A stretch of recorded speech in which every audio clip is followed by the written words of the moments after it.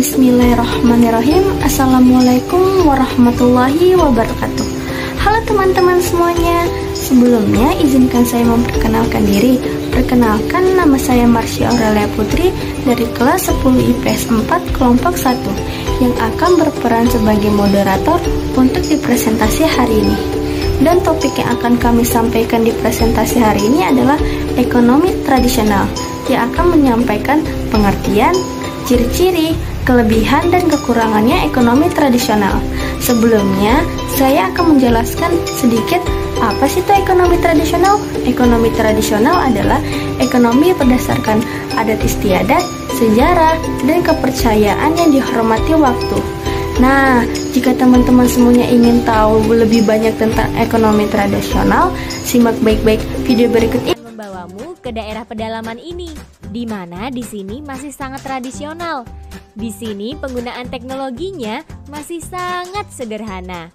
Lihat itu. Ada seorang warga membawa hasil panennya berupa singkong dan menukarnya dengan telur.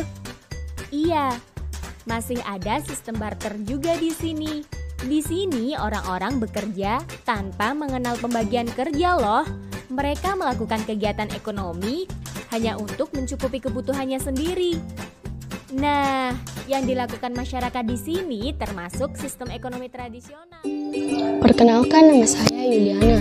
Di sini saya akan menjelaskan sedikit tentang penerapan sistem ekonomi.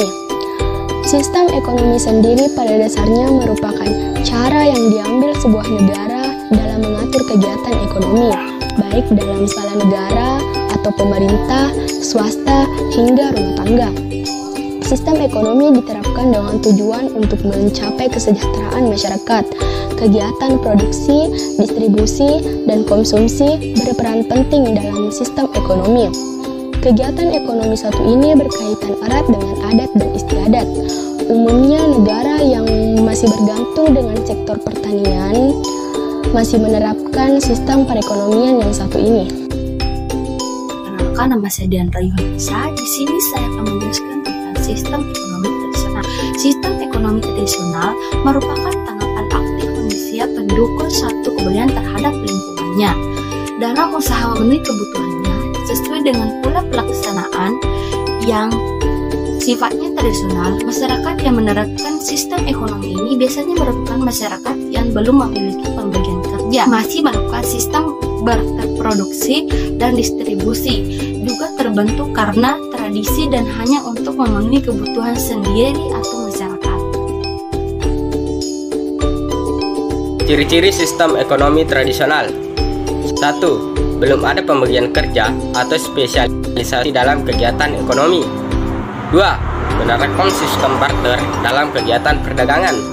3. Jenis produksi ditentukan sesuai kebutuhan. 4. Hubungan masyarakat bersifat kekeluargaan. 5. Umumnya bertumpu pada sektor agraris. 6. Kegiatan ekonomi terikat pada adat istiadat. 7. Alat produksi masih sederhana. 8. Teknik produksi dipelajari secara turun-temurun dan telah melekat di tangan masyarakat. 9. Menjadi kekayaan alam sebagai sumber penghidupan utama.